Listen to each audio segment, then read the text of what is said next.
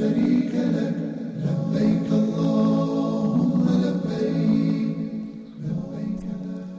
Assalamu alaikum wa rahmatullahi wa barakatuh. Welcome back to Hajj Day to Day, Arafah Day live coverage right here on Huda TV. I want to start by telling everybody happy Arafah Day and have a wonderful Eid inshallah tomorrow. All my friends all around the world. And I can't forget our Huda TV correspondent, Brother Rafi Abdul Malik. If you're watching, brother, have a wonderful Arafah Day and happy Eid inshallah tomorrow. I wanted to introduce my guests, but I have 4 guests, so I'm going to let you guys introduce yourselves. And I want you to introduce yourself, and I want you to grant or greet your family and your friends and all the Muslims around the world with a nice greeting today, inshallah. Go ahead, brother. Starting with my right. Okay. Yes, I'm Mustafa Patrick Moore. I'm from North Carolina, and happy Eid to everyone. Happy Eid to my family, to my daughter. And thank you, brother, for doing that kids show. Oh, that kids report. We hope you can do the show soon. Bismillah. It was very fun. I enjoyed my time with Huda, man. SubhanAllah. We're going to call you a story time with Uncle Mustafa. Inshallah. Thank you. Inshallah. Jazakallah. Thank you, brother. Brother, this is the first time I think I've been with you. I want you to share your name and a little bit about yourself to the viewers and what you're doing here in the Middle East, and greet the viewers with Eid and Arafah Day. Inshallah. Go ahead. Inshallah. My name's Ilyas Townsend. Happy Eid. Inshallah. I've been here in Egypt for a few months. I was here a few years ago as well. Oh, okay, great. Yeah. But is your name Ilyas? Now, you reverted to Islam? Yes. Okay, I because reverted to Islam 8 years ago now. Oh, great. In Ramadan. And Ilyas is one of those names that is in English Ilyas, and even in Arabic, I think you can say something similar. Yes. I have another friend named Ilyas also. Yeah. Okay, cool. Right on. So you reverted to Islam 8 years ago? 8 years ago, yeah. Okay, cool. Right on. Excellent. And you're from London? I'm from London, area called Lewisham, southeast London. Okay, cool. Yeah. I have a friend from Stokes-upon-Trent, Brother Rafi Abdul Malik. He's Yeah. always talking about Stoke City football. But anyways, Let's talk about that a bit. Go ahead, brother. Go ahead. Assalamu alaikum wa rahmatullah. My name is Layth Al-Qadiri. 20 years old. Happy Eid to my family. Love you all. I wish you were with me here in Eid, and I hope to see you guys soon. And happy Eid to the entire Islamic Ummah as well. Inshallah. Well, brother, how come I know you're studying dentistry in Cairo? Yes, sir. So what about you didn't go back home for Eid this year? How come? Well, I don't find it to be worth it. You know what I mean? Because it's a really short period of time, It's and difficult the as a ticket's student. pretty costly. So I don't want to spend all that money just to go for 3 or 4 days and come back. Okay, cool. And I'd rather I'm supposed to be studying during Eid, so inshallah, I You're should supposed take to advantage be. of the time to study. Absolutely. Supposed to be studying. We'll cut the show short so you can So I can continue so let me studying. know, inshallah. But brother, I mean, you spent your life in your childhood in Anaheim, California, right? I think it's where it's worn off on you a little bit because you have that surfer look. This is the surfer look? Yes, you do. Thanks. Appreciate it, man. I try. Thank you. Brother, this is your first time, I think, as well. Were you here earlier with Osama? Yeah, I was Okay, here cool. All right, so you're a pro now. Go ahead. Tell us a little bit about yourself. Assalamu alaikum wa rahmatullahi wa barakatuh. My name is Mustafa Musa, 20 years old, a student at Azhar University, Islamic law. And I'd like to say happy Eid to all my family members and the people back in America. And alhamdulillah, I'm blessed. I seem even more fortunate than other brothers. I have some family members here. Oh, cool. I'm spending Eid with. Yeah, right. Alhamdulillah. But what part of the state are you from? I'm from Minnesota. So is it St. Paul or Minnesota? It's the same city or what? Minnesota is the state actually, and then it's known for the Twin Cities, Minneapolis and St. Paul. I live in a suburb called Fridley. Okay. And now there's a vibrant Muslim community there, right? A lot, yeah. So tell me about that. Tell me about in how you learned Arabic and how did you enter Azhar? Of course, then you had education before that. Yeah. So how did this work? Go ahead. I had some prior education, alhamdulillah, when I was young. When I was around 9 years old, my parents, they first came to Egypt. Oh. Yes, and we stayed there for several years. And then I ended up going back with the whole family. And then I finished my secondary education. Okay. Then decided to come back and freshen up on Arabic and continue with Islamic education here. Okay, cool. Right. Barakallahu feek. Thank you for being with us. So you guys, today's Arafah Day. I want you guys to start by perhaps speaking a little bit about what this day means for you. How long you've been Muslim? What do you do on this day? And that sort of thing. Go ahead, Brother Mustafa. Okay. First of all, Alhamdulillah Rabbil Alameen. I want to thank Allah Azza wa Jal for bringing us together on the show on Huda and helping us to appreciate the day of Arafah. I know that the day is the best day of the year, or something like that. Yes. You know, I heard that the day is actually like even the sun. As the sun is ascending, it's like the best day for the sun, the ascension of the sun. Subhanallah. Yeah. You know, so I mean, you know, the day has value. You know. Yeah, of course. I know on Hajj, you know, you're supposed to, you know, do a lot of things, you know, on Arafah, you know, as we could see the people on the mountain, they're making dua. But here, I know it's not as effective as there, but, you know, we should also make dua here. Yes. This is the day for dua. Yes. And you should takbir a lot, Allahu Akbar, La ilaha illallah, Allahu Akbar, you know. And if you plan on making your dabah, if you yes, the slaughter, getting prepared for that, and you know, stuff like that. Yeah, Great, yeah. So Thank you, brother. Go ahead. I think for everyone, just fasting and trying to make the best of our fast, and inshallah ta'ala trying to gain as much as we can from the actual fast. Like brother mentioned, you see all these places around with the sheep in the road, and and the cows like in the middle of the street. And the cows in the street and on the back of vans. So, I mean, it's something that you don't get to see in UK. In UK, I mean, it's not allowed. You can't slaughter like a cow No, on you your, can't, on you your can't, water you buffalo on the doorstep. No, you can't do that. So to see it out here is nice, and Yes, to take part in it is nice as well. So it's good to actually be able to fulfill some of the sunnah that we can't do in UK when you come to Muslim countries. Yes, so, upon a great point. Yeah. Yeah, that's nice. I like that. What about you, brother? That's a great point you mentioned. You can do some sunnah things here that you can't do back home, you know. But go ahead. What does Arafah Day mean for you? Well, I think the fact that we fast during Arafah is actually really good because you fast the 30 days of Ramadan, and you kind of go crazy on the food once you're done, right? Yeah. So you kind of lose the value of food again that you're supposed to pick up throughout Ramadan. So it's like a little small reminder without all the effort. Like you only fast for one day, and you kind of reminds you what you were going through throughout Ramadan. Yes. So subhanAllah, you get to pick up that spirit again of knowing the value of food. And it's like an easy way of having Eid, because like you during Eid al-Fitr, you fast for 30 days. Yes. And you have one day for Eid. Yes. Or like you have one Eid, for example. Okay, so Yeah. you fast for one day and you get the Eid. So Yeah, I like it's that. a cheaper way to go 3 through days. it. I like that. It's a better offer. Yes. And of course, in terms of the ajr you get for fasting this day, I heard it's something about forgiving the previous year and the year to come, which is a very good offer for all of us. You know, no one is clear of sins, and alhamdulillah, Rabbil Alamin, it's a good offer for us. You know. Okay, thank you. I like that point about the fasting as well, because in Ramadan, man, you put in the effort, you know. But this one, it's a lot easier on you, subhanAllah. Much easier. Go ahead, brother. I like to say, I like to add on, like the other brother said, when it comes to the slaughter part, we don't really witness that back in America either. Yes. Most of the time, it's just paying money or buying livestock and then slaughtering it. Yes. In other countries, yeah.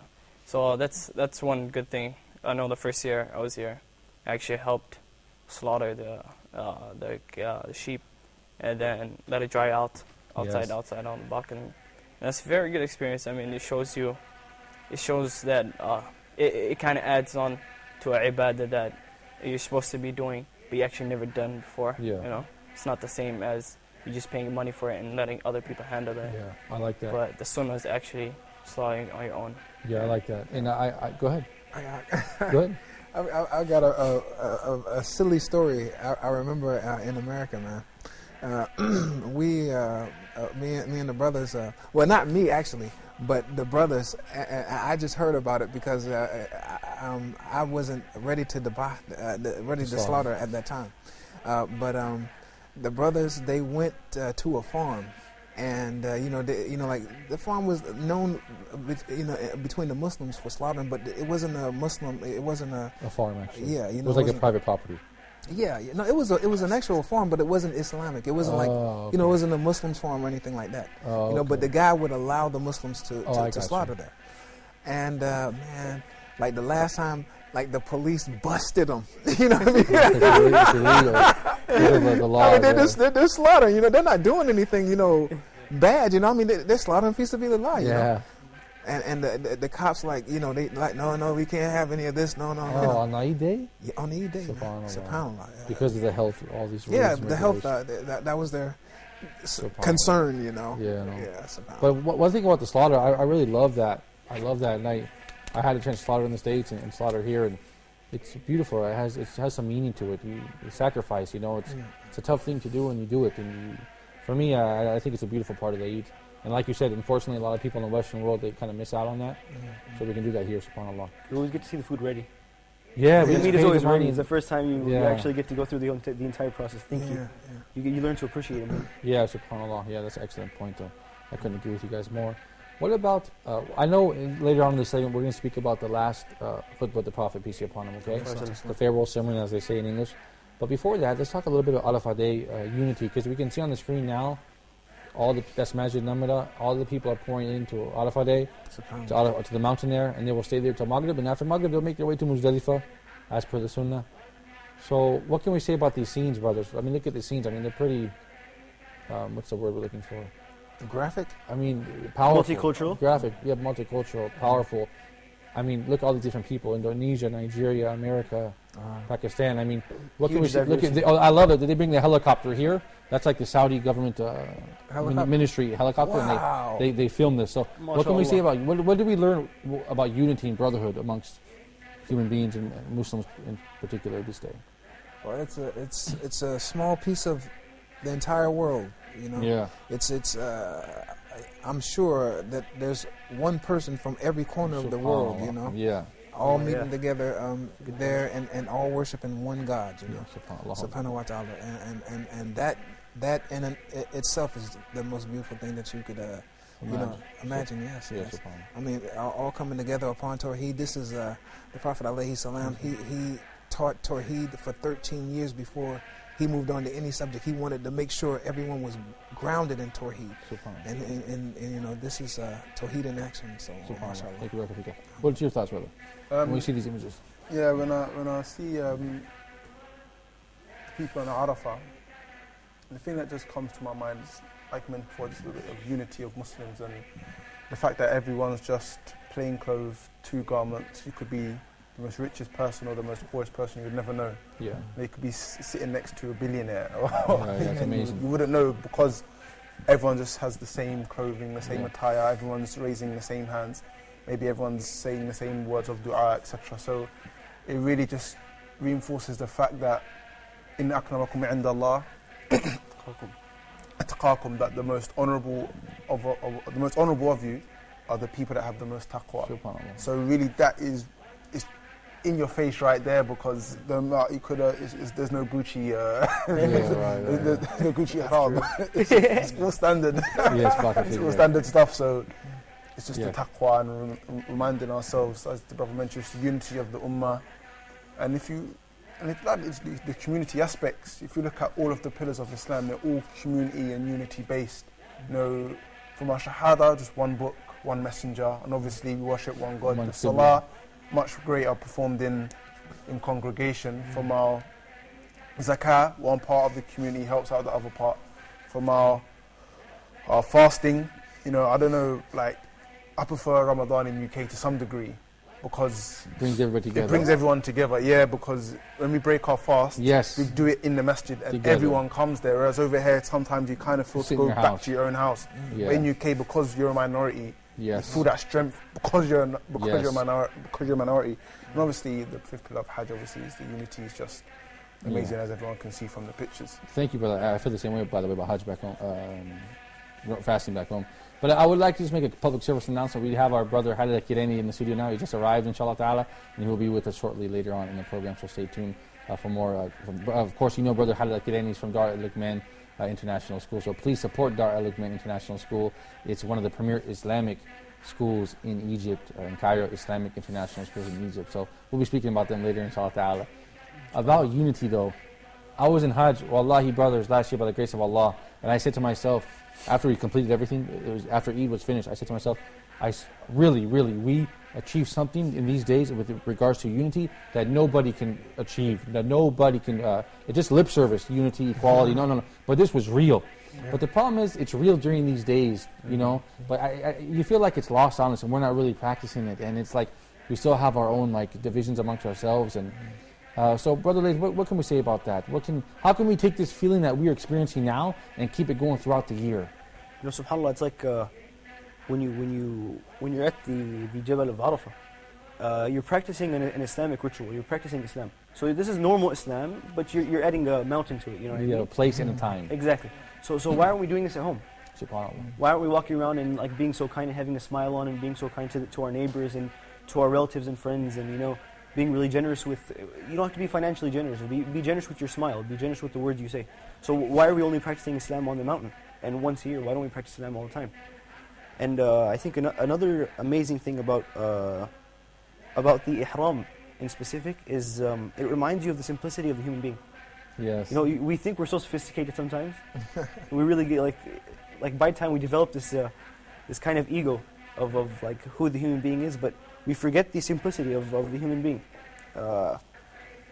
The Quran always reminds you of how simple you are by talking about how you were a sperm drop, and then how you were a clot, and how you're a mudghah, and how these different stages of to give you a sense of humbleness, to make your heart just tremble of humbleness because of what you really are. And subhanAllah, wearing the ihram really all you are is two pieces of cloth, and that's how everyone around you is dressed. SubhanAllah. So it should really be a humbling experience. It should make us more humble. And Brother Elias, as you said, you don't know who the janitor is also compared to the doctor because you're wearing the ihram. And also, brothers, you wouldn't realize how nice it is to wear these clothes until you have to wear two towels because you're always moving around and it's a couple of days you're wearing it and it's a challenge and it's not so comfortable. And when we broke out of the ihram, they call it tahallul, I think? Tahallul, yeah. It feels like the moment that you break your fast. Yes. Alhamdulillah, I broke my fast. That's how it felt when you come out of ihram. Alhamdulillah, I feel so great. Alhamdulillah, you feel, and then it's just a great feeling. You appreciate something that's so small.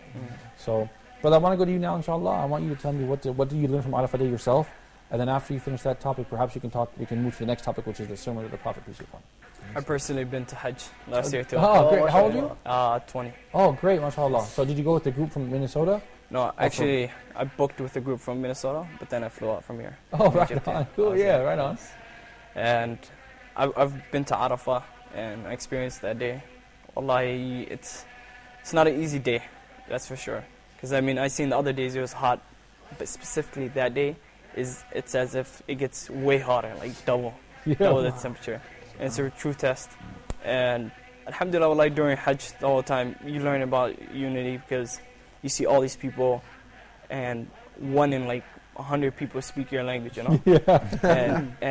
And there was one incident I remember. I was sitting down. It was before Arafah. We were inside the Haram, and the people were all gathered to drink Zamzam, and I wasn't able to drink because it was all wet, and I seen mothers before me, so I just sat down. So I sat down and I was reading Quran, and there was this mother. I believe she was from India. She went out, and I looked at her. She pushed between the people. She got a cup of Zamzam, and she just kept on walking. I see her walking towards me. I'm surprised, what is she gonna do next?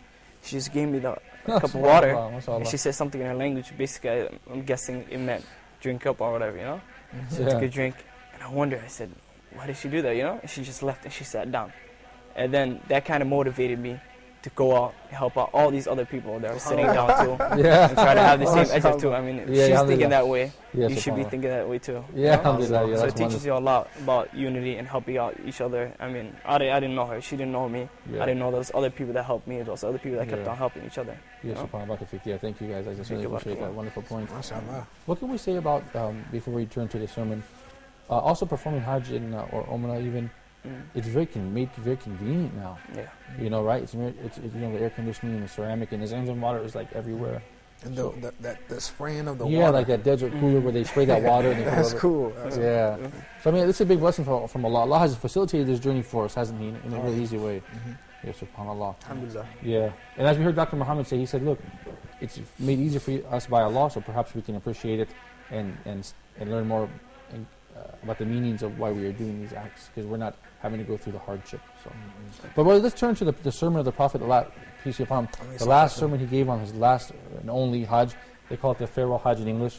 Yeah. Of course, I believe it's the only Hajj that the Prophet, peace be upon him, performed. Yeah. And during this Hajj, he gave a speech that is like contains so much information that when people read it today, you would think it was a speech of a modern spokesperson for a modern country at the United Nations, you know, and it has all these concepts that now we come up with the Declaration of Independence and human rights and the Bill of Rights and all this stuff, and it includes so much of that. So perhaps we can take a look at this document which we have printed, and let's look at it and see what stands out to you, what strikes you in this. I think you have the copy of it here. Would you like let's to take a look. Okay, it says right here, we said, the Prophet, peace be upon him, delivered his last sermon on the 9th of the Hijjah, which is today. Brother, Liz, why don't you read the first paragraph for us? Can I read the whole thing? Yeah, go ahead. Or paragraph by paragraph, inshallah. Because I really love it. Sorry, go for it. Bismillah. Bismillah. The last sermon, the khutbah from Muhammad sallallahu alaihi wasallam. Prophet Muhammad sallallahu alaihi wasallam delivered his last sermon, khutbah, on the 9th of Dhul Hijjah, 12th and the last month of the Islamic year. Which is today. Exactly. SubhanAllah. Arafah. Okay, go ahead. 10 years after Hijrah, migration from Mecca to Medina, in the Urana Valley of Mount Arafat. His words were quite clear and concise, and were directed to the entire humanity. I'm going to read another paragraph. Okay, go ahead. All right. After praising and thanking Allah, he said, Sallallahu Alaihi Wasallam, O people, lend me an attentive ear, for I know not whether after this year I shall be ever amongst you again. Therefore listen to what I'm saying to you very carefully, and take these words to those who could not be present here today. And I like that last sentence. It's so special, right? Take this Da'wah. message to those. Da'wah. Yeah, SubhanAllah, yeah. It relates to da'wah. Oh, go ahead. I don't know why they always translate Arabic into the Shakespeare's English or the Middle English. It makes it very difficult. But it's very descriptive. Yeah, go ahead. From O people. Yeah. O people, inshallah. Go ahead. O people, just as you regard this month, this day, this city as sacred, so regard the life and property of every Muslim as a sacred trust. Return the goods entrusted to you to their rightful owners. Hurt no one, so that no one may hurt you. Remember that you will indeed meet your Lord, and that He will indeed reckon your deeds. Allah has forbidden you to take usury interest. Therefore, all interest obligations shall henceforth be waived. Your capital, however, is yours to keep. You will neither inflict nor suffer any iniquity. Allah has judged that there shall be no interest, and that all interest due to Ibn Abbas, Ibn Abd al-Muttalib, the Prophet ﷺ's uncle, shall henceforth be waived. Before we move on, thank you, brother. I want to go to Brother Mustafa and Brother Elias here. You know, they say the Prophet, peace be upon him, I think there was a hadith that said, I've been given the small amount of words with the biggest meaning. So look at this. O people, just as you regard this month, this day, this city as sacred, this is the most noble place, noble time right now. He says, so regard the life and property of every Muslim as a safe and trust. Allah. It's brilliant. SubhanAllah. SubhanAllah. I mean, we're not practicing this today, man. We're going through a lot of hard times right now, especially in Egypt. Go ahead, Brother Mustafa. I keep me personally, like 3 days, maybe 3 or 4 days ago, I lost my phone. You know, and like my Arabic isn't, mia, it's not it's not 100%, Okay, yeah. So, I'm trying to tell this person, this is my phone, I need my phone, and finally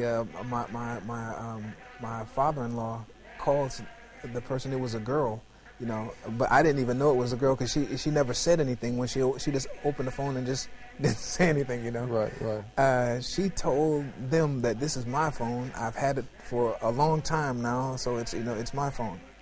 The same day, or the next day that she took my phone, Yeah, SubhanAllah. Yeah. I mean, and I was really angry because this is a Muslim country. My property is supposed to be sacred. Yeah. And I mean, just like the Prophet ﷺ said, something that's entrusted to you, give it back. You know what I'm saying? So I mean, okay, I lost my phone. Okay, I'm in a Muslim country. I should be able to get my phone back. SubhanAllah. But my phone is gone. Yeah, may Allah reward you for your patience. I know how it is. Yeah. Brother Elias, can you speak on this also? The Prophet said, peace be upon him, regard the life and property of every Muslim as a sacred trust. Yeah, I mean, I think first and foremost, the thing that really struck me about the farewell sermon of the Prophet ﷺ is when he mentions that I don't know if I'm going to be here next year. Yeah, great. Thank you, brother. It's amazing that you can imagine, or you can't imagine being there, but if you could, you can imagine everyone's ears just went that little bit higher and they paid that little bit more attention because it's the Prophet ﷺ saying, I could be gone, and and it must have been really emotional for them to hear that. And then the first things he speaks about is not, okay, think about my life. I'm going to be passed away. Maybe I won't be here next year. I'll pass away. But what about your lives? You need to look after your lives and your own possessions. So I think that really stood out to me, and the fact that there's so much hadith and ayat in the Quran which speak about the sanctity of Muslim life and how the blood of a Muslim is more sacred than the Kaaba, the place that we're all making tawaf around today or tomorrow, the next day, etc. So I think really we need to put that into perspective and really start to focus on lives of Muslims in countries and places where it's not protected, in our own place, in our own countries, So I really think that we need to put these things to the forefront of our minds and really think about how we can improve the lives of Muslims in and around the world today, inshallah. Hey, Barakah, brother. And if I could, before I go to Layth, go ahead. No, go for it. Sorry. Just really quickly, I don't want to talk about it too much, but I had a very difficult experience recently. So when I see this, regarding the life and property of every Muslim as a secret trust, it's something amazing. It's really something beautiful. Would you care to share? Or? Well, I don't want to say on Al-Fadeh too much, but I just had a very difficult time. Make dua for me, my family, Allah, and the people of Egypt and all of us here, inshallah. Because nobody's following this anymore, regardless of life and property as Muslim as a secret trust. May Allah make us follow this path, inshallah. Go ahead. Well, I've noticed something in the first part of the Prophet's sermon, sallallahu alaihi wasallam. Okay, so it's the message of Islam is huge, and every part of it is fundamental and essential to Islam. Like there's no ayah of the Quran that can be just overlooked. So you have this religion of which everything is important, right? And it's the Prophet ﷺ's last message. And the first paragraph of his last message, he mentions a financial topic of usury. So that gives you the importance of finance. Okay, so a lot of people these days have forgotten. Like they might pray and everything, but when it comes to finance, where they make their money and stuff like that, it really doesn't matter to them. So we should remember that usury and finance in general is a huge part of Islam, and it's the first thing that the Prophet ﷺ mentioned in his brief summary of his religion. You know what I'm saying? So we should extract the value of this. You know what I mean? Yeah. So and a lot of the people that have studied finance and whatnot, they can talk for hours about how usury is making so many people go. Yeah, we've done shows about it. So it's truly degrading. So Thank you, Go so ahead, many people have gone. A lot of people in the more poorer countries have become this poor because of usury. So that 1,400 years ago, that's the message right there. SubhanAllah. So we should pay more attention to the context of where the Prophet ﷺ is mentioning these things. Yeah, and this is the so beginning. this is the first paragraph, and he's talking about finance. I mean, I was actually surprised when he said usury, subhanAllah. I thought he'd be talking more about Tawheed. And before Tawheed, he mentioned usury. So subhanAllah, it's very important. Yeah, thank you, brother. Brother, what about this here? Yes. Hurt no one so that no one may hurt you. It's a beautiful, small sentence that's very has a big meaning, right? Yeah. But perhaps you can speak about that a little bit. I mean, that's a wonderful concept. Yeah. One thing that's amazing about that is, although this was the words of the Prophet ﷺ, people nowadays use it. They basically put it in their own words and they say, paraphrase. Trust people. I mean, treat people like how you would want to be treated. Yeah, it's the same thing. Same thing. Yeah. But in itself, it's something really great because you wouldn't want to treat somebody a way that you wouldn't want to be treated. Yeah, of course. That person want to treat yourself too. So it shows that it kind of creates mercy between people, and it shows that we're all equal and that we should respect each other. It tries to teach us self-respect and respecting others at the same time. Barakallahu, brother. And Brother Musal, I am going to share my story with you that I didn't want to share because what has happened here in Egypt, unfortunately, there's been a lot of chaos lately. So having a beard, it puts you in danger. I was driving with my family in my car, and a group of thugs broke the windows with a gun and rocks and sticks. And the glass, the glass fell over my two sons, and they were bleeding. And my wife was screaming and crying. And at the end of the day, I said to all the people I know, did I hurt anybody? So why are people hurting me, number one? Yes. Number two, am I not Muslim?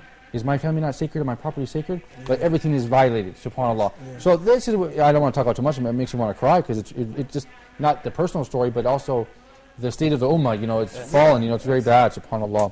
So, mashallah, subhanAllah, you find all these things right here in the sermon of the Prophet. But you know what's messed up, Malik? The fact that, treat people the way you want to be treated. I actually learned that concept from the Western world before I learned it from Islam. SubhanAllah. Imagine that. And it's in the Prophet's last sermon, sallallahu alaihi wasallam. Yeah. So that's really misfortunate, you know what I mean? The fact that we're not actually paying as much attention as to our mu'amala, to how we treat people as we should be. And it shows negligence from our side too, because right after the Prophet ﷺ said, listen to what I'm saying to you very carefully, he said, take these words to those who could not be present here today. Yeah. And that's one of the problems. Yes. People aren't getting the information. Yes. I mean, people are satisfied. Oh, I'm Muslim, Khalas. How? You know what I'm saying? The scholars of Al-Islam, they die with books in their hands, and they're scholars of Al-Islam. So that shows you that this isn't the type of religion. This isn't the type of belief that I'm born Muslim. No, you complete your as much as you can. You continue. Whoever believes and does good deeds. It wasn't just believing. Yes, subhanAllah. So yes, thank you, brother. Sorry for cutting you off. No. We have a phone call real quick. Brother Jabril Al-Romani, or Gabriel Al-Romani from the UAE, the host of Hooded GPS. Wonderful brother. We had the pleasure of having him on Sunnah Style as well. It was a great program for youth that was teaching youth how to be, quote unquote, cool. You don't have to think you're a nerd or a dork because you're following the Sunnah. So it was nice. And he has a nice way of speaking. So, Brother Jabril, assalamu alaikum, brother. How are you? Assalamu alaikum, brother. Can you hear me? Alaikum salam. I can hear, but not so well. Hey, man. Thank you so much for calling. And thank you for your Facebook post recently. It really encouraged me. You said, keep going, bro. We don't stop, bro. So thank you so much, brother. I want you to give the people a reminder, brother, about the day of Arafah and what we should be doing and feeling and thinking, and what wisdoms we can draw from this day. Okay. Bismillah ar-Rahman ar-Rahim. Alhamdulillah. Alhamdulillah. I hope I heard you well. I have my kids in the background, and we're actually traveling from a city to another. That's okay. Alhamdulillah, we just broke our fast right now, actually. Oh, taqabbalah. Where are you, brother? In the UAE? Yeah, I'm in the UAE. I'm traveling from the western region to the eastern region. Okay. Just going back home. I was visiting some family. Wonderful. Alhamdulillah. Excellent, brother. I want you to go ahead and give us a reminder, inshallah, about the day of Arafah, inshallah. Well, alhamdulillah, Allah subhanahu wa ta'ala is the most merciful, alhamdulillah, and some of us were called to Hajj, alhamdulillah, and responded to that, while others, were not as blessed and had to stay home. But subhanAllah, Allah subhanahu wa ta'ala gives everyone a chance, and even those people who were not to stand on the day of Arafah, there's still the connection in the ummah. Because subhanAllah, the symbolism of Hajj, if you see it, it's all about the unity of humanity, not just the Muslims, because we know that this whole reenactment of these what we're doing in Hajj is all from part of Ibrahim alayhi salam. Part of it anyway, it goes back to Ibrahim alayhi salam, and this is something that's shared by all the of the major religions. And we find that, subhanAllah, the non-Muslims need to look at this event and see it, and see the proof in this event of this gathering, this great gathering in Hajj, and specifically the day of Arafah. This is for them a proof, a dalil, that this is the Hajj, this is the truth, because no one else is doing it, right? Ibrahim alayhi salam, it was told in Surah Hajj, Adzin, he said, call the people to come. Azan, like Azan, when you call it, call to prayer. SubhanAllah, who would think, thousands of years later, people are coming. He's there. There's no one there. It's just a barren land. It's just him and Ismail alayhi salam. They just built the Kaaba, and Allah subhanahu wa ta'ala will make Adhan. Come, and then Allah subhanahu wa ta'ala says that they will come to you. They will come on every mount. And subhanAllah, we find today that those people are coming, saying what? Labbaik Allahumma labbaik. Responding to that Adhan that Ibrahim alayhi salam made as an order from Allah subhanahu wa ta'ala to call the people. And specifically now to stand on Yom Arafah, day of Arafah, on this on this beautiful place of standing, to show that humanity, there's no difference. It doesn't matter if you're a brain surgeon, it doesn't matter if you're a dishwasher, it doesn't matter which qabila or tribe you're from, how much money, how many figures you pull in a year. You're standing here in front of Allah subhanahu wa ta'ala. And Allah subhanahu wa ta'ala told us in the Quran that the first amongst you is the one in taqwa. And here it is, people from different social classes standing in front of Allah subhanahu wa ta'ala, asking Allah subhanahu wa ta'ala for forgiveness, asking Allah subhanahu wa ta'ala for mercy, asking Allah subhanahu wa ta'ala to bless the ummah, their families, and so on. So, what I'm trying to say is that, subhanAllah, it's such a amazing event, an event of mercy, number one, and that justifies, shows the mercy of Allah subhanahu wa ta'ala, and at the same time, the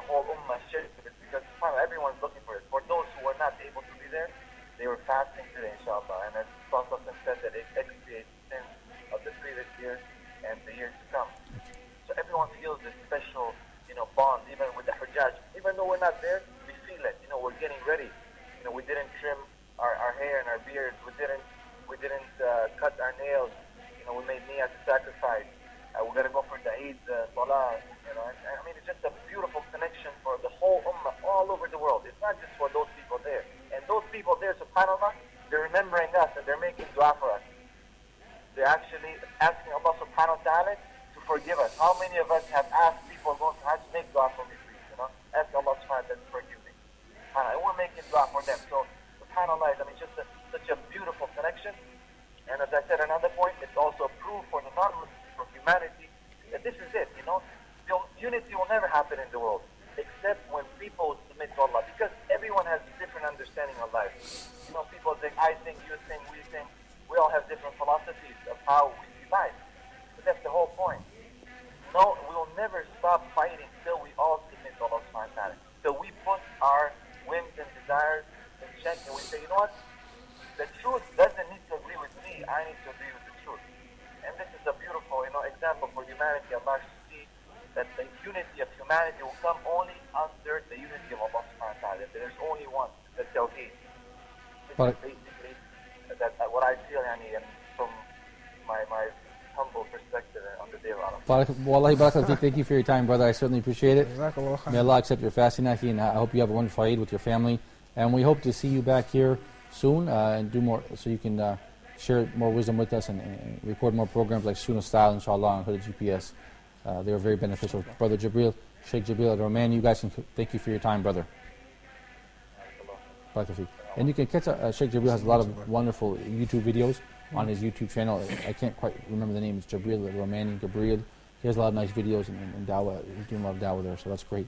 If we can go back to the favorable sermon of the Prophet, which I have here in English, the next paragraph says, "Beware of Satan, for the safety of your religion. He has lost all hope that he will ever be able to lead you astray in big things, so beware of following him in small things." Give me your explanation, Brother Musaf. This is something to be afraid from. I know Shirk Akbar, which is sharing the partnership with Allah. We know that Allah is one. Other people may believe that Jesus is a part of God or God Himself or something like that. That's putting a partner with Allah. But I mean, that's something big. Something that that's evident. Yes. But what the Prophet alayhi salam is talking about is a shirk asghar, the small. Small. Yes, small. it's small. So it could be like maybe you thinking that I'm dressing nice, I'm looking good, the world thinks I'm great, all of this, and it could be like a thing that's small, but it could build, and because you're not putting a partner with Allah Azza wa Jal, so the world isn't seeing it, but it's something that you're doing with yourself, and there's no one to check you. There's no one because no one know. You may be the only one that's doing it. So it's something to be afraid from, and from what I understand, the Prophet alayhi salam, he used to seek refuge in Allah from it. So it's certainly something to be cautious about. Yes. And in fact, it could be like an ant in the black of the night. Oh, yes. Right? Is that right? It's true. I think it's a hadith or something of that sort. It's shirk as if it's like a black ant on a black stone during a black night. Right. Yeah. Right. It can come to you. So basically impossible to see that. Right, exactly. Right. If I could go on and take Brother Elias's opinion about this. O people, it is true that you have certain rights with regard to your women, but they also have rights over you. Remember that you have taken them as your wives under Allah's trust and with His permission. If they abide by your right, then to them belongs the right to be fed and clothed in kindness. Do treat your women well and be kind to them, for they are your partners and committed helpers. And it is your right that they do not make friends with any one of whom you do not approve, as well as never to be unchaste. What do you think, brother? I mean, I know we hear a lot about women's rights and feminism in the 21st century now, but what about this brief, 4 or 5 sentences from the Prophet, peace be upon him, how he clarifies the relationship between men and women? Yeah, I think with regards to husbands and their wives, like you just mentioned, Islam's under the spotlight in the West, supposedly because Islam, condemns women, or for some reason they think, where they portray that Muslims mistreat women or Yes. or just dislike them or Yeah, something strange. Yeah. something strange when you know, it wasn't just until recently, maybe 50, 70 years ago, the Christian world are still discussing whether women have souls or not. Whereas SubhanAllah. whereas SubhanAllah, it's big, you know, that's huge. big, yeah. Whereas as soon as the Prophet ﷺ came, you know, it mentioned that women are the twin halves of men, and Islam gave women rights and these things. So I just think that for Muslims we know this, you know, it's nothing new for us, you know. But I think it's for me it really just reinforces the emphasis on telling people about Islam. And when people hear about this, I mean, they're surprised because they just think that women are supposed to be banged up at home in the kitchen, or, you know, being part of, you know, having 4 wives or what have you. And it's really unhappy and upset. Whereas in the UK recently there was a big discussion on the niqab, and they had it on the front page of the newspaper, and the women in niqab and why we should tell the women to take it off, etc. And one thing that really interested me throughout the whole discourse was that they never asked a Muslim once. They forget Muslim, they've asked a Muslim woman, a person who wears niqab, you know, why do you do it? You know, are you being forced to do it? Yeah. You know, but they never do it. Yeah. So I think for us, and just a reminder for us to try to be good to our families, and and the fact that women actually play such an important role in the Muslim family. And I think that, as you mentioned before, if we actually put that into practice, then whenever they do right things about Islam, or maybe that person Joseph said, well, no, you know, I know you, Abdullah next door, he treats his wife very well, and you know, and what the newspaper is saying is wrong. But maybe sometimes we we add to our own negative meat or something. And also, brother, especially with regards to women, there's a lot of bad cultural practices throughout the world. Yeah. And so people take these in Muslim countries. So people take the cultural practices, see the Muslims are bad, when in fact this person is doing something that's not correct. It's not Islamic, yeah. So part of his culture, not his religion. Yeah. So subhanAllah. But I want to read the next paragraph, Brother Laid. O people, listen to me in earnest. O people, listen to me in earnest. Worship Allah. Say your 5 daily prayers. Fast during the month of Ramadan and give your wealth in zakat. Perform Hajj if you can afford to. I think they're basically the 5 pillars of Islam. Right? Something like that. Yeah, the 5 pillars of Islam. I'm surprised these weren't mentioned first. SubhanAllah. SubhanAllah. So it gives you a big scope of the marital relations and how important they are in Islam as well. Yeah. They were mentioned before the 5 pillars of Islam. And again, sorry, excuse me. But this is how Islam is, the progeny of Islam is through the children. Okay, so I'm just guessing, you know, but he mentioned this before. He mentioned the pillars of Islam, showing that the importance of the harmony of a good home. Yeah, you know, and then having the pillars to back it up. Raising stable children. Yeah, family, for stable the household. Islamic Ummah, yeah, great. Halal money. And people overlook it, like you said today, man. And that's what we should be grateful for in the Middle East. Actually, we earn halal. It's, mashallah, by the blessing of Allah. It's hard to find a job in the States that's not mixed. If it's not halal, it's not halal. It's like mixed, and you have doubts. It's great. Yeah. So here you have halal money, and so then I turn around, I see people spending in haram. You know, so Allah gave it to you halal, so keep it that way. You know. But anyway, brother, I want to take your thoughts about this, or continue reading if you like. Good. All right, we'll go for the next one, inshallah. All mankind is from Adam and Eve. An Arab is no superior over a non-Arab. Also, a white has no superiority over black, nor a black has any superiority over white, except by piety or taqwa and good action. Learn that every Muslim is a brother to every Muslim, and that the Muslims constitute one brotherhood. Nothing shall be legitimate to a Muslim which belongs to a fellow Muslim, unless it was given to him freely and willingly. Do not therefore do injustice to yourselves. This is a huge. Beautiful. This is beautiful. Yeah, it's a huge. SubhanAllah. It says here Muslims constitute one brotherhood, but it's not the Muslim brotherhood.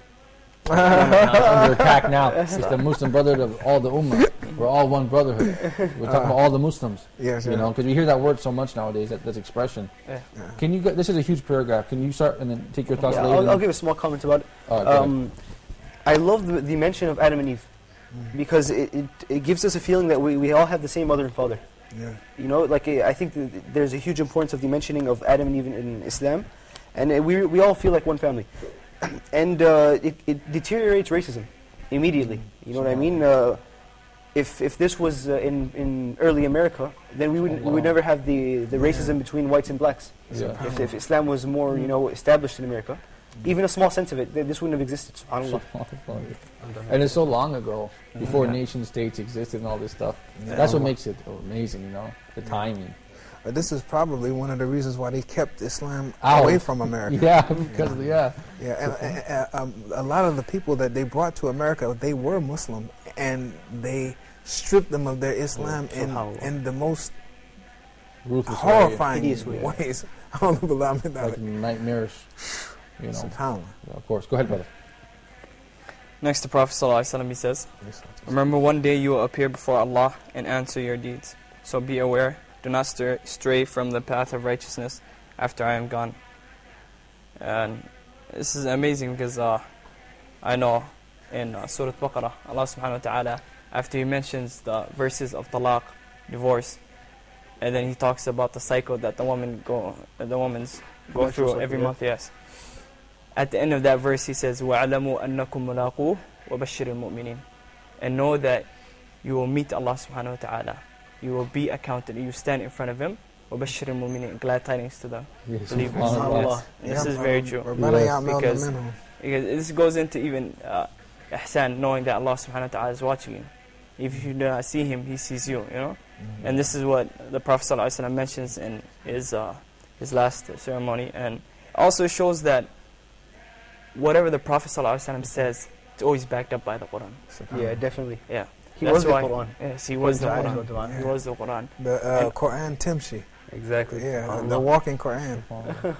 Inshallah. And also, the fact is that this deen, whatever you know, whatever you hear, or whatever you even read from the Prophet ﷺ, if you do not abide by it, it's always going to be excuse against you.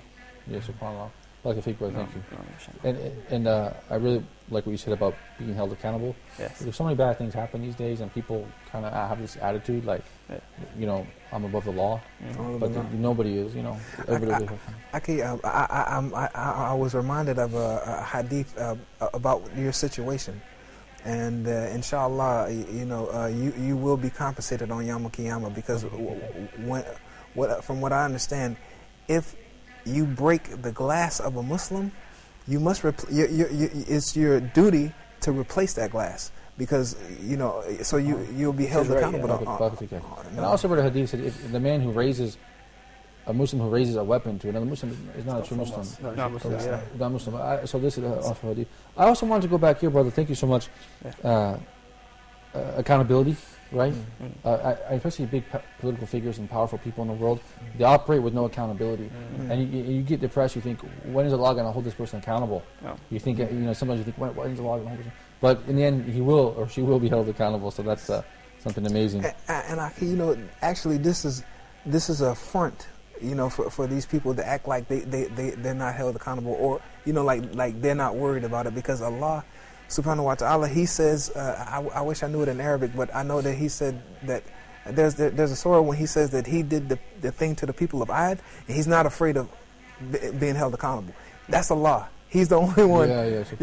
So those deeds, those people, they feel those deeds. Whether they act like it's all right, it's all right. No, they feel those deeds. It's only Allah that's not afraid of the of accountability. And Fir'aun is a huge example of that, of kind of person like that. Yeah. Go ahead, share. How he was so rebellious, and how he spread so much corruption through the land. And subhanAllah, at the moment of his death, when the two waters came above him, he said, I believe in the Allah that Banu Israel believed in. He said the God, he didn't say Allah. I don't know exactly. No, I just said Allah for me. I'm paraphrasing, I'm not saying the exact day, you know what I mean? And how he became a Muslim, now, after you have been so corrupt and you spread so much corruption through the land, subhanAllah. So yeah, everyone will have their time. And this dunya is very short. And we don't get to realize how short it is, because we have no other life to compare it with. We haven't seen the afterlife, so only a mu'min can really realize that the dunya is short. I think a non-believer would think, okay, you're saying it's short, but what are you comparing it to if you think it's short?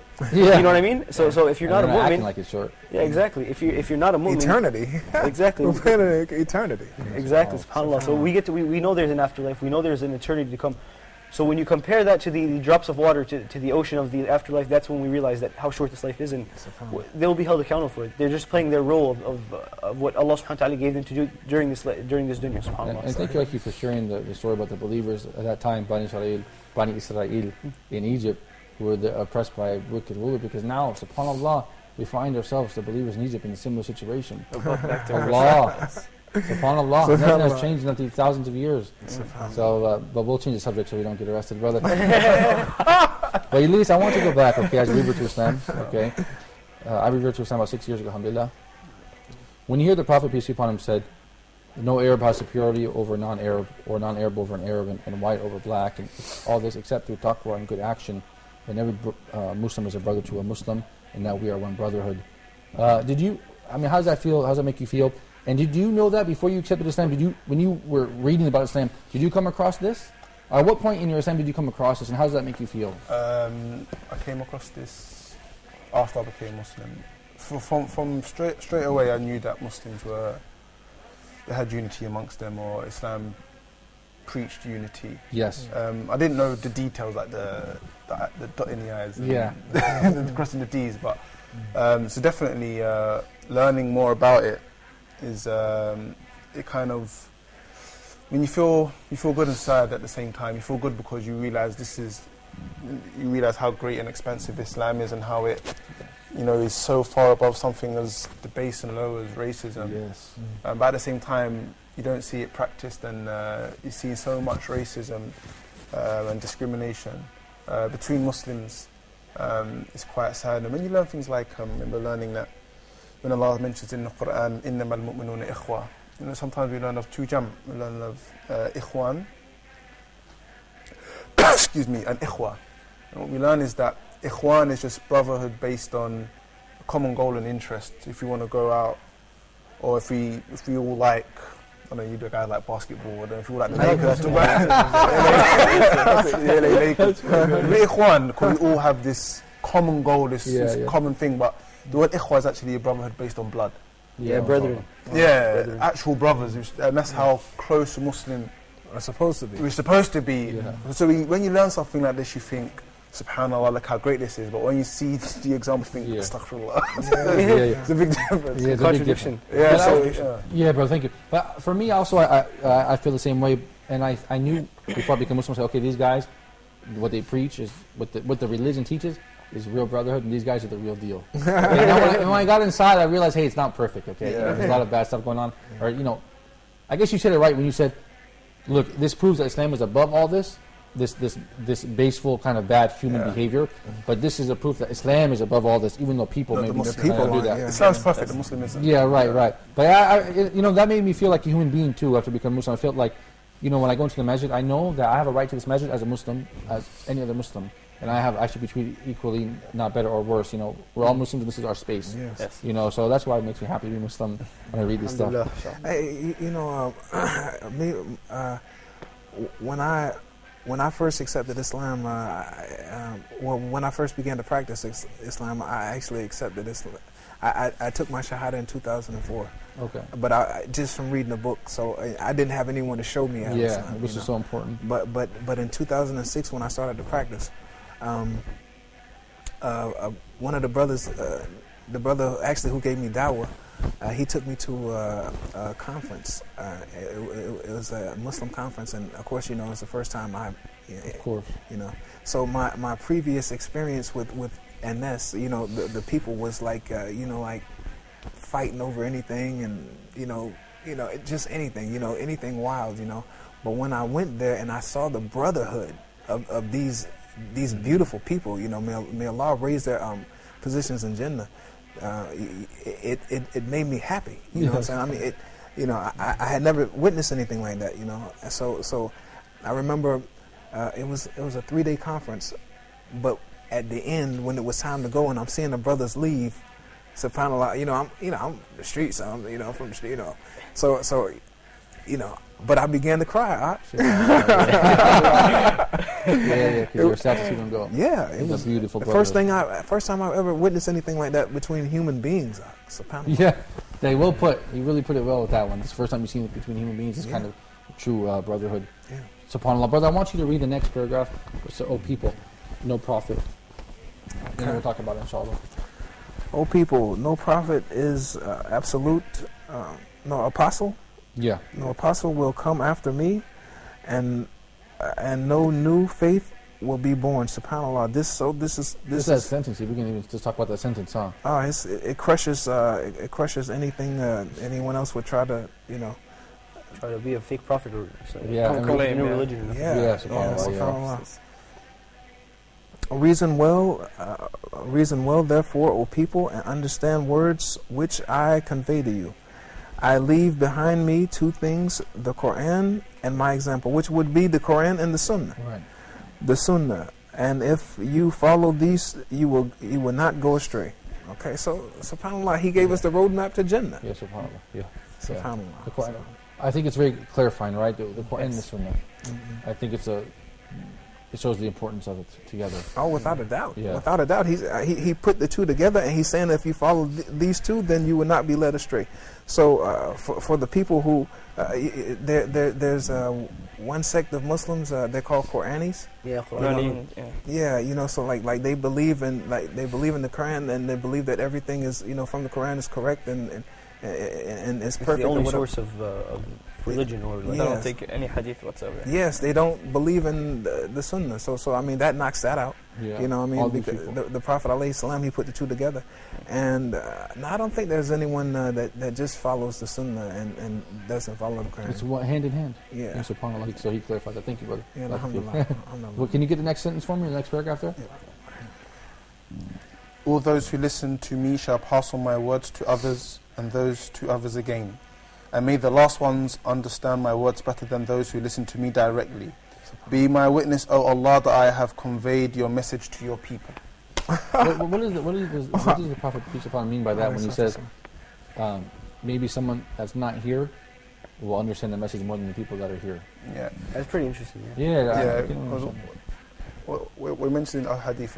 For example, if I say, or if I remind someone of a hadith or something, you guys might understand it more than I do. Oh, okay. That's true. Yeah. So the message is here is like for us for the message to get stronger, not weaker. Okay. So for obviously the people who were in attendance, they would have practiced all of this straight away, and the Prophet ﷺ wanted us who wasn't there to practice it just as much, or understand it just as much as them. But unfortunately, it's SubhanAllah. But brother, you remind me of, and I don't know the hadith word for word, but when some of the Sahaba found the Prophet crying, he said, why are you crying? He said, I'm thinking about my brothers. And he said, who are my brothers? He said, the people that will follow me but they didn't see me. Mm-hmm. And they said, what about us? We're not your brothers. He said, you are my companions. Yes. But that's probably SubhanAllah, speaking about us. The people, we hope to be amongst them. It's amazing, right? He's thinking about the people that will follow him but never saw him. To me, I love that so much. Go ahead, brother. Can you get the next piece of the that's it. We're done. We're done. Oh, that's the end of it. Okay. But what I would like to say is about how the Prophet ﷺ said maybe someone will hear the message and will understand it more than the conveyor of the message. I remember there was an ayah in Surah Al-Baqarah about how Allah subhanahu wa ta'ala created Sayyidina Adam, and He told him he taught him all the words, and He told him to recite them in front of the angels. No. I've read this ayah plenty of times, okay? And it didn't really strike me much. I've tried to ponder over it, didn't get much out of it, and I just kept going. SubhanAllah, there was a math professor who converted to Islam through this ayah. SubhanAllah. So that and he got that message from the present Muslims, from us Muslims. He got that message from us, and he understood it better than we did, SubhanAllah. And he converted to Islam, SubhanAllah. Yeah. So that's a good example of what the Prophet ﷺ was saying. Yeah. And the brilliant part right here, what should happen right now is, after Sayyidina Muhammad ﷺ finishes his sermon, the revelation comes, اليوم أكملت لكم دينكم وأتممت عليكم نعمتي ورضيت لكم الإسلام دينا. Allah subhanahu wa ta'ala sends His revelation of today I have perfected my today I have your religion. Could Perfected you your say it? religion Yeah. for you, and completed my favor upon you, and have chosen Islam as the religion. Yes. SubhanAllah. So that's Allah subhanahu wa ta'ala is watching Yes. SubhanAllah. during this sermon. SubhanAllah. So it's a really huge thing, SubhanAllah. That's beautiful, man. SubhanAllah. Yeah. I know there's two things that we could also add on to that are magnificent. The Prophet ﷺ, the adab of the Prophet ﷺ, and his good manners. He said, when he stood up, he was talking to the people. the Sahaba. He said, lend me an attentive ear. He asked them to lend them attentive ear, you know. Yeah. And he already, basically, he runs the show. Yeah. He's in charge. Yeah. And they would always listen to him. So listen but up. on top of that, he would ask, and at the end, even at the end, the last words was, be my witness that I've chosen, that I've conveyed your message to you guys.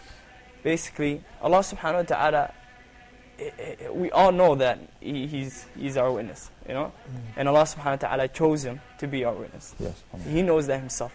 But even in his last khutbah or his last sermon, he repeated that same message just to prove to other people that this is the real talk, this is the last deal, this is the last words that he's going to say. Yes, he made dua to Allah to be his witness. Yes, SubhanAllah. And you know, it really gives you a sense of reality that Prophet Muhammad ﷺ, for the 23 years of his revelation, the time that he was giving revelation, he was very sincere and he really loved us. He really loved us more than anything, you know what I mean? But now at the end, it shows you how how Sayyidina Muhammad ﷺ regards Allah subhanahu wa ta'ala. His regards for Allah is much higher for all of mankind. After he conveys the entire message, he says, "Oh Allah subhanahu wa ta'ala, I have conveyed you." Yeah, so it's as if this whole time I was only talking to you. SubhanAllah. You know, my sincerity was only towards Allah subhanahu wa ta'ala. So it kind of makes me feel bad, you know, because like I'd love to be closer to the Prophet ﷺ, but at the same time, he's closer to Allah subhanahu wa ta'ala than he is to anyone else. Yeah. So this entire time he was dealing with humanity, but his intention was dealing with Allah subhanahu wa ta'ala. Yeah. That is true sincerity, and that manifests itself in that last sentence of the Prophet ﷺ. You think so? It's as if he's saying after all this work, okay, I've completed my. Have I completed my task? I've completed my task. Yes. And then It's you all can for go you. in peace, and it's all for you. Come on, yeah. And we see this kind of leadership, which we haven't seen again in history. And then we see the leaders of today. You know, it makes you want to just cry or laugh, or you know, it's like strange. You know, when we compare the leadership of the Prophet, peace be upon him, and the companions. There's no comparison. There's no comparison. The True sincerity of what they're sincerity, leading for, the rulers, what they're ruling for. Whereas today, we see the opposite. You know, people ruling for pleasure and gain and personal fame, and it's very difficult. Bragging rights. Bragging rights, yeah. But that's moving inshallah to. Do you have any more? By the way, young brother, do you have any more interesting or beautiful stories of Hajj that you can share with people? Because mashallah, you got to perform Hajj very early in life. You know, it's a big experience, a turning point. Is there anything else that stood out to you? That beautiful story you share about the woman giving you the water. Was there any other moments that hit you that during the Hajj that kind of? Well, I mean, I would give advice to the people that are listening, the viewers. Never try to put off Hajj. That's one thing, because I know when I was in the hotel in Mecca or just walking around the Haram, most people would automatically assume that I'm with my father or I brought my mother to Hajj. You know, they wouldn't actually believe that I came here on my own, trying to perform Hajj for myself. And that's a bad misconception that people believe in, and they actually, you know, they want to save it off or just try to keep it off to the last days of their life, and they're retired, and then try to do it. But who knows if you're gonna have enough money then? Who knows you're still gonna be, you know, alive to, or even be free to be able to do that. Yeah. So never try to put it off. And the stories go on. I mean, there's beautiful stories. I remember this one time. Sat down by this, I think it was a Kazakhi brother. Yeah. He's from Kazakhstan. We sat down and I was reading some guidebook, and he was sitting down right next to me, and then he just looked at me and he was listening to what I was saying. And then after a little bit, I took a nap. I woke up, and then he was making dua in his own language, and I was listening to him a little bit, and then I knew a few words of Russian from the students down here that I study with. Oh, okay. So I started breaking, try to use my phrases fast at him. And then he ended up giving me like 30 minutes of da'wah, basically a lecture. He was doing a khutbah. Although I couldn't understand the language, it was too advanced for me. But I could feel the love, the sincerity. Yes, it was so sincere. Yes, and who knows? Maybe he was giving me some wisdom from his whole life, things that he did. And he was, at the end, he was tearing up too, mashallah. You see a lot of people, you see different people from different countries, and you benefit a lot. Brother, thank you for what you said also about not delaying the Hajj, because people, obviously, we put our deen off too. We say, okay, the deen is something to be practiced when we're older, and we can make Hajj when we're old, but that's not the case. And brothers, especially brothers like ourselves coming from the Western world, it's easier to perform Hajj. So may Allah make it easy for you guys too. Have you performed Hajj, Ilyas? I haven't yet, no. Okay. Have you had a chance to perform Umrah, inshallah? Not yet. Inshallah. Inshallah soon. But after you wrap up your Arabic studies, because you're here studying Arabic, is that right? Yeah. Okay. I'm here studying Arabic. But I finished, well, you never finish Arabic. Yeah. You never finish. The more you learn, the more you realize how ignorant you were before. So I'm just studying Deen at the moment. Okay, great, mashallah. Okay, excellent. And interestingly, I had the pleasure of performing Hajj last year, and I would just echo what the young brother said, and don't put it off. Go for it. Do it. But if you can't do it, take advantage of your time now, and don't waste the time you have now. Because the majority of people are not performing Hajj, but do the things that you can do in these 10 days of Dhul Hijjah. I love these 10 days of Dhul Hijjah. For me, it's easier and even more enjoyable in the month of Ramadan. Yeah, I wanted to tell you something. You were talking about the one day, the fast like today. Yes. You're right. There's not a better day to fast. Yes. But a lot of people actually fast all 10 days. MashaAllah. All 10 days. Or the 9 days. I mean, all 9 days. Yeah, you can't fast the 10th day. But all 9 days. I don't know. Was that a sunnah? I asked Sheikh Karim Abu Zayd this, and many of our respected Shaykh. I asked him the same question. Barakallahu brother. And they always said this. They said, look, the Prophet peace be upon him said in many khutbah that you can do all sorts of good works that you can during these 10 days. 10 days, do as many good things as you can. But as far as we can perhaps ask Brother Khalid Kilani in the next segment, inshallah, if this is the sunnah to fast all 9 days. So I don't know, but I do know it's good to do as many good things as you can. Yes. Yeah. So it's wonderful days. It's a wonderful 9 days capped off by the Eid day. I feel like looking back, Eid al-Adha for me, we used to have in the States Thanksgiving, Christmas, Easter. That was like the ones we have in the States, right? Yeah. So I felt like, if you took Thanksgiving and Christmas together, you still would never match Eid al-Adha. It's like not everything. Even if you sprinkle a little Easter on it. Nothing. It's so big, it's so great, And we used to always eat pumpkin pie on Thanksgiving. And over here in Egypt, they have something similar. It's called Ada Asad. Oh, yeah. It's like honey pumpkin. And they eat it this time of year, so it's wonderful. Is it actually pumpkin? Yeah. Yeah, and they put some raisins in. It's really nice. Yeah, so they put cream on the top, and they put we put it in the oven, and like it's like the cream is kind of like like roasted marshmallows. It's delicious. Oh, that sounds delicious. Yeah, it's out of this world. But brother, I want to tell you. I wanted to ask you, what about the traditional foods are you guys eating during these days? Oh, feta. I'm eating Egyptian food. My wife's Egyptian, and you're eating Egyptian food because your wife's Egyptian. What about you, brother? You're not married. I am. Oh, you are married. You are almost, and from back home, from the UK. Yeah. Okay.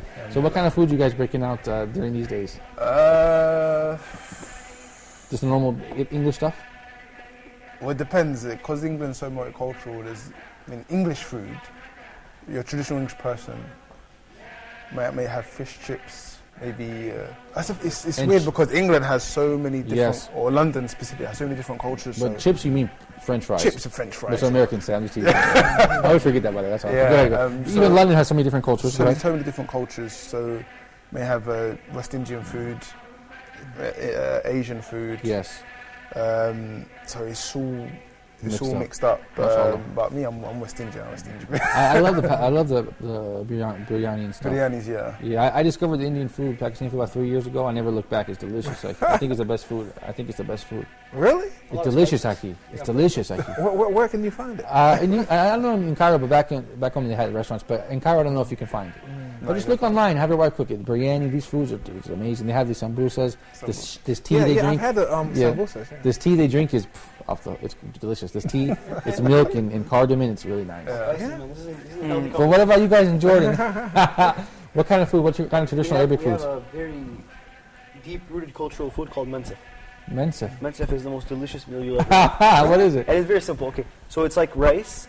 All right, they cook the rice, and there's like it's called leban. It's like kind of like yogurty stuff. It's like a yogurty. Yeah. I know this stuff. Yeah, and it's very salty, with very well cooked meat.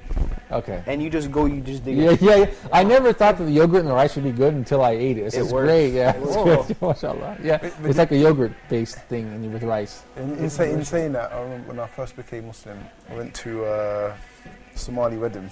Okay. Yeah, and they have bananas and rice.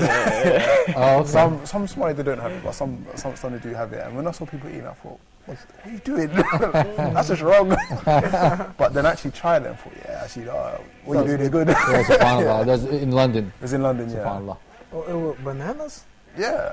Maybe the brother can tell us. Go ahead. He's thinking the same thing. The thing with us Somalis is we usually eat every meal.